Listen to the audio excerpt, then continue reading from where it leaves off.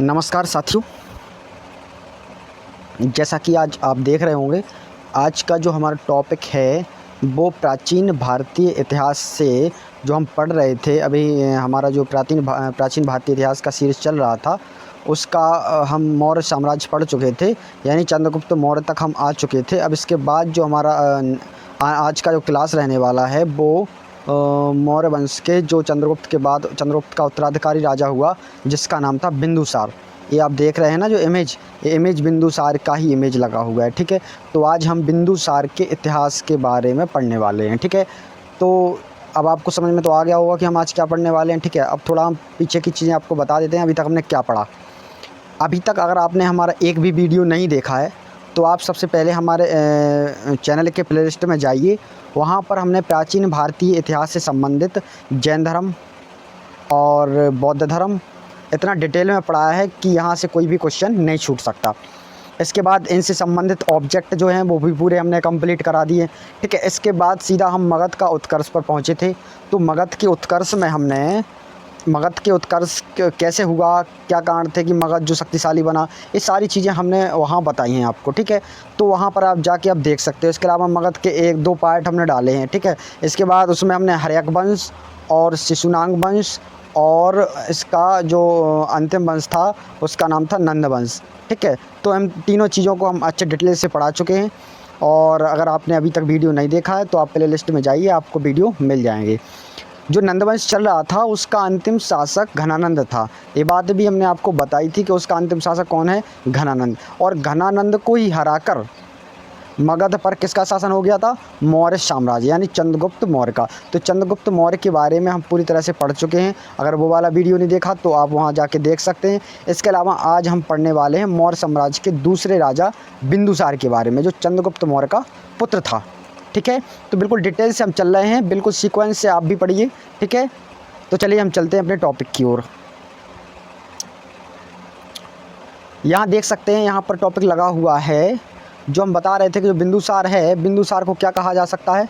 बिंदुसार को पहला तो हम बता दें कि बिंदुसार को क्या कहा जाता है, अमित्र चेष्ट है ना, और शिंगसेन, और इसके बाद अमित्र घात भी कहा जाता है। ठीक है, तो इस चीज़ को आप याद रखना कि बिंदुसार को क्या कहा जाता है, अमित्र घात या अमित्र चेष्ट यहाँ पे लिखा है। और उसका भद्रसार नाम भी कहीं कहीं जैन ग्रंथों में हमको देखने मिला है। ठीक है, तो यहाँ से आप समझ सकते हैं, अगर भद्रसार पूछा जाए, देखो वायु पुराण में भद्रसार मिला है। बाकी अमित्र चेष्ट से यानी मित्र घात कह सकते हैं, एक प्रकार से शत्रुओं का नाश करने वाला है ना, ऐसा इसको कहा जाता है। किसको, बिंदुसार को। ठीक है, तो बिंदुसार के बारे में बता दें किसका पुत्र था। तो बिंदुसार जो था वो चंद्रगुप्त का पुत्र था। अब चंद्रगुप्त की एक पत्नी का नाम था हेलेना, जो सेल्यूकस निकेटर की पुत्री हुआ करती थी, जो हमने बताया था जो सिकंदर भारत में आया था। और उसका एक सेनापति था जिसका नाम था सेल्यूकस निकेटर। वो उसने चंद्रगुप्त मौर्य से युद्ध लड़ा था। लड़ने के बाद वो हार गया था, तो उसने अपनी जो पुत्री थी उसका नाम था हेलेना, उसकी शादी चंद्रगुप्त मौर्य से करा दी थी। ठीक है, और दहेज में बहुत सारे क्षेत्र जो उसने सेल्यूकस ने जीते थे वो भी चंद्रगुप्त को दे गया था और चला गया था सेल्यूकस निकेटर। ठीक है, तो इसकी एक पत्नी का नाम तो हो जाता हेलेना, और इसकी एक और पत्नी का नाम मिलता है जिसका नाम है दुर्धरा। ठीक है, इसका उल्लेख जैन धर्म के एक ग्रंथ है जिसका नाम है परिशिष्ट बर्मन, इसमें उसका उल्लेख मिलता है। ठीक है, इसको आप याद रखना। तो इसका पुत्र था जिसका नाम था क्या, बिंदुसार। किसका पुत्र था, उसकी दूसरी पत्नी जिसका नाम था दुर्धरा, उसका पुत्र हुआ करता था बिंदुसार। और बिंदुसार को हमने बताया है कि बहुत सारे नाम उसके जाने जाते हैं, अमित्रोकैडिज या अमित्रकेट्स या अमित्रघात या फिर भद्रसार भी कहते हैं। और स्ट्रेबो जो एक यूनानी लेखक थे उन्होंने अलिट्रोकैट्स भी कहा। ठीक है, तो ऐसे बहुत सारे नाम चलते हैं। ठीक है, यहाँ से आप समझ सकते हैं। इसके बाद अगर देखा जाए तो जब चंद्रगुप्त बिंदुसार राजा बना, राजा बनने के बाद तक्षशिला में कुछ विद्रोह हुए। ठीक है, तो तक्षशिला एक विश्वविद्यालय हुआ करता था जो आधुनिक पाकिस्तान में है। मतलब आज के अगर पाकिस्तान में देखा जाए तो पाकिस्तान का एक शहर है जिसका नाम है रावलपिंडी, उसमें बना हुआ है तक्षशिला। तो नालंदा मत लगाइएगा, नालंदा तक्षशिला के बाद बना था, लगभग 600-700 साल बाद बना था, है ना। तो जो नालंदा है वो थोड़ा बाद का है, और जो तक्षशिला है वो सबसे पुराना। अगर ऐसा पूछा जाए कि विश्व का सबसे प्रथम विश्वविद्यालय कौन सा है तो भी आप तक्षशिला लगाइएगा। ठीक है, तो वहाँ पर कुछ विद्रोह हुआ था, तो विद्रोह को दबाने के लिए उसने अशोक को, एक प्रकार से राजा हुआ करता था अशोक कहाँ का, अशोक भी चंद्रगुप्त बिंदुसार का पुत्र था। तो जो छोटा पुत्र था अशोक और एक और पुत्र था, तो अशोक को उसने बिंदुसार ने मालवा और उज्जैन का राजा बना दिया था। ठीक है, अब मालवा तो बता दे तो मालवा ये उज्जैन वाला क्षेत्र कहलाता है। ठीक है, और उज्जैन ये भोपाल इंदौर वाला। ठीक है, इसको याद रखिएगा आप, है ना। तो मध्य प्रदेश जीके में हम पढ़ेंगे इसको। ठीक है, इसके बाद इसका एक पुत्र था जिसका नाम था युवराज सुसीम। किसका? बिंदुसार का। ये बड़ा पुत्र था, अशोक छोटा पुत्र था।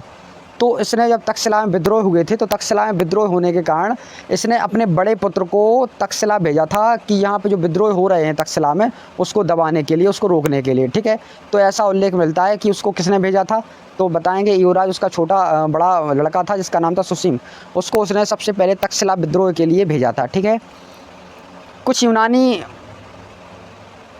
कहते हैं कि यूनानी एक लेखक हैं जिनका नाम है एथेनियस। ठीक है, इसको आप याद रखना। एथेनियस एक यूनानी लेखक हैं और उस समय एक राजा हुआ करता था सीरिया का जिसका नाम था एंटियोकस प्रथम। एंटियोकस प्रथम से अगर पूछा जाए तो एंटियोकस जो उस समय राजा हुआ करता था सीरिया का, तो सीरिया से क्या हुआ करता था कि इनके संबंध अच्छे चल रहे थे, किनके? भारत के और सीरिया के। ठीक है, तो जो बिंदुसार है उसने एक प्रकार से कहा जाए कि कुछ चीज़ें उसने मांगी थी एंटियोकस से। वो अपने मित्र, राजा उसका मित्र था जो सीरिया का उस समय राजा हुआ करता था। तो ऐसा उल्लेख मिलता है उसने क्या मांगा था, तो उसने एक तो मीठा मदिरा मांगी थी, है ना, और यहाँ पे सूखे अंजीर मांगे थे और एक दार्शनिक मांगा था। ठीक है, तो आप याद रखें इस चीज़ के लिए कि जो बिंदुसार था वो एक प्रकार से कह सकते हैं कि अय्यासी राजा हुआ करता था, अय्यासी टाइप का राजा हुआ करता था। अब आप उसको आप कहेंगे कि आप कैसे कह सकते हैं, तो उसका ये जो उल्लेख है आप देख रहे हैं, जैसे उसने अगर शराब मांग रहा है वो किसी दूसरे राजा मित्र से, तो उसका कहीं ना कहीं शराब पीने के प्रति एक वो तो था। दूसरी चीज़ सूखे अंजीर आते हैं वो भी उसने मांगे, जो बहुत उस समय के बहुत कहा जाए तो बहुत इम्पोर्टेंट यानी महत्वपूर्ण फल हुआ करते थे, है ना। तो एक प्रकार से दार्शनिक जो होता था, एक प्रकार से एक मान लो आज के समय में कहें तो एक उसका जैसे दूसरे राजा का नौकर मांगना। ठीक है, तो ऐसी चीज़ें उसने मांगी थी। ठीक है, तो कह सकते हैं एक प्रकार से कि इन तीन चीज़ों को मांगा था, जिसमें जो सीरिया का राजा हुआ करता था उसने मीठी मंदिरा और सूखी अंजीर भेजने के लिए तो हाँ कर दिया था, लेकिन दार्शनिक भेजने के लिए उसने मना कर दिया था। उसने कह दिया था कि ऐसा हमारे साम्राज्य में नहीं होता कि हम अपने यहाँ का कोई दार्शनिक आपके यहाँ कोई ऐसा बेच दें या किसी पैसे लेके उसको बेच नहीं सकते हैं। ठीक है, तो यहाँ पर उसको दार्शनिक नहीं भेजा गया था बिंदुसार को। इसके बाद क्या होता है कि जैसे एक और मिस्र का शासक होता है, ये सब उसी के शासन में मित्र शासक हुआ करते थे उसके। ठीक है, किसके? बिंदुसार के। तो ये एक और राजा था मिस्र का जिसका नाम था फिलाडेल्फस, है ना, टॉलेमी द्वितीय उसको कह सकते हैं। ठीक है, तो उसी के समकालीन हुआ करता था। बिंदुसार के ही साम्राज्य में उस समय ये जो राजा थे आसपास के वो शासन कर रहे थे। ठीक है, तो वो बिंदुसार के मित्र हुआ करते थे। तो जैसे उसने वहाँ भी मांगा था दार्शनिक, तो उसको वहाँ से मना हो गया था बिंदुसार को। तो बिंदुसार ने यहाँ पर दार्शनिक मांगने की मांग रखी थी मिस्र के शासक फिलाडेल्फस से। तो रखता है, तो यहाँ पर जो मिस्र का शासक है वो संबंध बनाने के लिए एक अपना दार्शनिक बेच देता है जिसका नाम है डायनोसियस। ठीक है, तो ऐसा कुछ कहानी है इसके पीछे, तो आप समझ सकते हैं। इसके अलावा सुनने में तो आता है कि बिंदुसार के बहुत से पुत्र थे, लेकिन राजकुमार सुसीम जो था वो सब में बड़ा था। ठीक है, इसको याद रखना। और इसको तक्षशिला का शासक बनाया था क्योंकि इसने तक्षशिला का विद्रोह को दबाया था, और अशोक को बना दिया था उज्जैन और मालवा का। यहाँ देखा जाए तो जो बिंदुसार था वो बिंदुसार लगभग मान लो कहा जाए तो बहुत अधिक उम्र में राजा बना था। ठीक है, क्योंकि चंद्रगुप्त मौर्य बहुत कम उम्र में राजा बन गया था, तो एक प्रकार से कहा जाए कि उसने बहुत दिनों तक शासन किया था। इसके अलावा बात की जाए तो जो बिंदुसार था वो एक प्रकार से बहुत उम्र में राजा बनने के कारण वो ज़्यादा साम्राज्य नहीं चला पाया। ठीक है, तो मतलब एक प्रकार से बैठे रहने का ज़्यादा काम करता था, तो उसको कह सकते हैं कि एक प्रकार से दूसरे टाइप का राजा था, और ज़्यादा युद्ध वगैरह उसने नहीं लड़े अपने साम्राज्य में। ठीक है, अगर उसके पुत्र बड़े हो गए थे तो वो जो यहाँ जहाँ युद्ध का वर्चस्व दिखता था वहाँ पर वो अपने कहीं ना कहीं लोगों को भेज देता था और उस युद्ध को दबा देता। उसने कुछ ऐसे खास काम नहीं किए बिंदुसार ने। ठीक है, तो समझ सकते हैं आप इस चीज़ के लिए। चंद्रगुप्त मौर्य का जो नाटक आता है उसमें इसका रोल मिलता है बिंदुसार का, तो देख सकते हैं आप। ठीक है, इसके अलावा अशोक जो है वो हमने बताया था उज्जैन का इनको दे दिया था और मालवा वाला क्षेत्र दे दिया था। तो जो उज्जैन जो है क्षिप्रा नदी किनारे बसा है, और मालवा की जो गंगा है उसको बेतवा कहा जाता है। ठीक है, तो आप इस चीज़ के लिए समझ सकते हैं। ठीक है, इसके अलावा अगर देखा जाए तो जो बिंदुसार था वो एक अजीबक संप्रदाय का व्यक्ति था। अजीवक संप्रदाय एक ऐसी संप्रदाय होती है ना कोई धर्म की नहीं हो, ना वो जैन धर्म की, ना वो बौद्ध धर्म की, ना किसी को धर्म को मानने वाली एक संप्रदाय थी। उसका एक प्रकार से ये अनुयायी था और उसके जो अध्यक्ष थे उनका नाम था मक्खीलाल गौसाल हैं, धर्म सहिष्णु कहलाते थे। ठीक है, इनका दिव्यावदान में इनका संबंध मिलता है, एक किताब है, तो आप समझ सकते थे उसका एक अनुयायी था।